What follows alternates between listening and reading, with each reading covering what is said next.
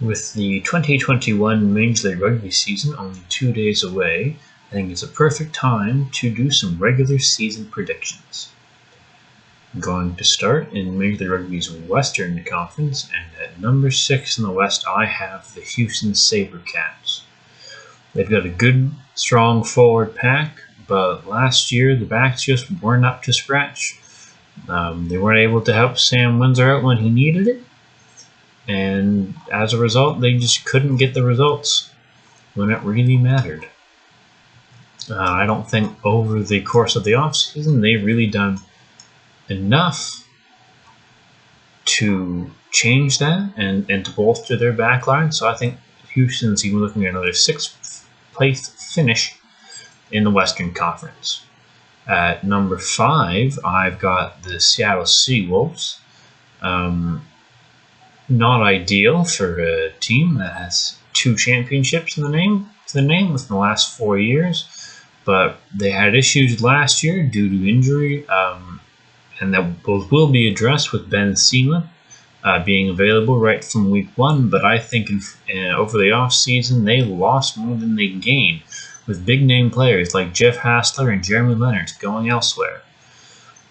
They haven't brought in any big names of their own during that period, so I think just more regression for the Seattle Seawolves, and I think it's going to be a 5th place finish for them. 4th in the West, I have the Austin Gilgronis. I think they're going to make a good step forward this year. As I mentioned, Jeff Hassler left Seattle, and he is now in Austin along with other big name players. There's been a lot of investment in talent in that team over the offseason. I think they're going to take a good step forward, but I just think there are other teams that have made better moves over the offseason, made bigger name moves, and will be ahead of them in the table, like their sister Guild team, who I have at number 3, the LA Guiltinis. Now, the Guiltinis have arguably made the biggest splashes in the offseason of anyone this year, with the likes of DTH Van der Merwe and Matt Ghetto on their roster. But I just think that they're going to take some time to really get their feet under them. Yes, they've got the star power, but at the end of the day, rugby is a team sport. And I think we might struggle a little bit with cohesion out of the gate. So I think we might start slow, finish strong, but I don't think whatever happens will be enough for them to finish in a playoff place in the Western Conference.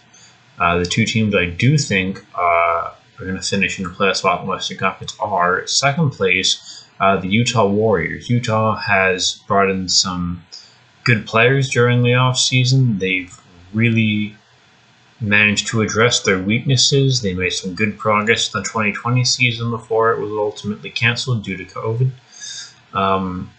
But they look to be right back to where they were when the season was canceled and moving forward, especially with bringing guys like Mikey Teo, who is a big bonus for them.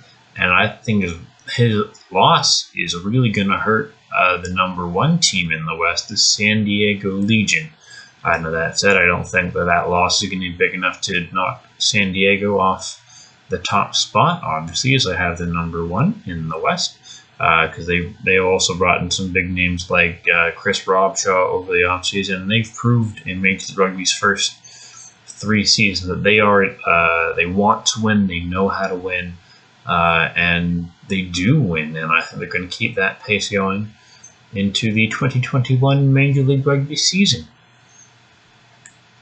If we move to Major League Rugby's Eastern Conference now, in 6th place in the East, I have the New England Free Jacks. The Free Jacks were definitely the weakest team in the East last season, and while they have made some moves in order to attempt to address that, I don't think they've made enough high-quality moves to really pull them ahead in the table.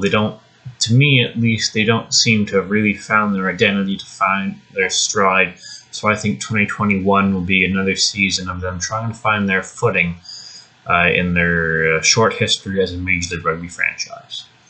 Another team that's got a short history I have in 5th place, and that's Rugby ATL. They have a really strong forward pack, and they could push a lot of teams last year, but they just couldn't get over that final hurdle. And I think we're going to see that again this year. They are by no means an easy team to beat, but I think they're just going to fall short at the final hurdle a lot this year. I think you should expect to see a lot of losing bonus points out of this team in the 2021 season.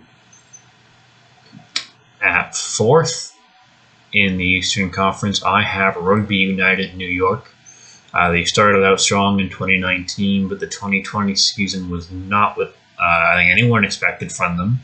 Matthew Bassero definitely did not live up to his hype, and the team on a whole, you seem to take a step back.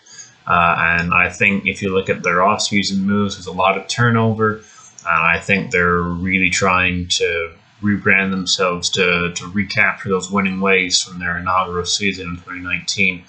And I don't think they're going to, so I think it's going to be a fourth place finish in the East for Rugby United New York. Third place in the East, I have Old Glory DC. Yes, they lost Ty Leader as he tries to become an NFL kicker, but they seem to have a lot of faith in his replacement, and they seem to know what they're doing based off last year. So if they have faith in him, then I think I'm going to have faith in him. But that is to be determined. But yeah, they were a team that knew how to win last year. The only issue really is their scrum was pretty poor. I think that might continue this year, but they have brought in Luke Campbell, the Canadian international, at number 8. So hopefully he'll be able to get the ball out of the scrum quickly, and that hopefully won't be a huge issue. But if there is going to be a downfall to Old Glory DC, it will definitely be at the scrum. Second place in the Eastern Conference for me is NOLA Gold. NOLA is a really good, well-rounded team. They're not overly focused on backs or forwards. They just get it done. They're a good team. They play fast-paced rugby. They're a challenge to beat week in, week out. I think they're going to give a lot of teams headaches in 2021, and a second place in the East finish will be the reward for that. And then first place in the East, I have the Toronto Arrows. The Arrows are just such a well-rounded team. Their forward pack was very dominant last season. I think that's set to continue this year. They've retained most of their forwards, with the exception of Richie Asiata, really, who is now playing for the Queensland Reds in Super Rugby. And the backs are dangerous when they get the ball in the hand, and that's only increased this year. They've brought in a lot of big names in the back 3 from Argentina, and I think those additions are going to be really dangerous. And I expect the Arrows to score a lot of points, both through physical forward play and silky smooth backs. So those are my predictions for the 2021 Major League Rugby season. Are they right? Probably not. We're going to find out over the next 18 weeks.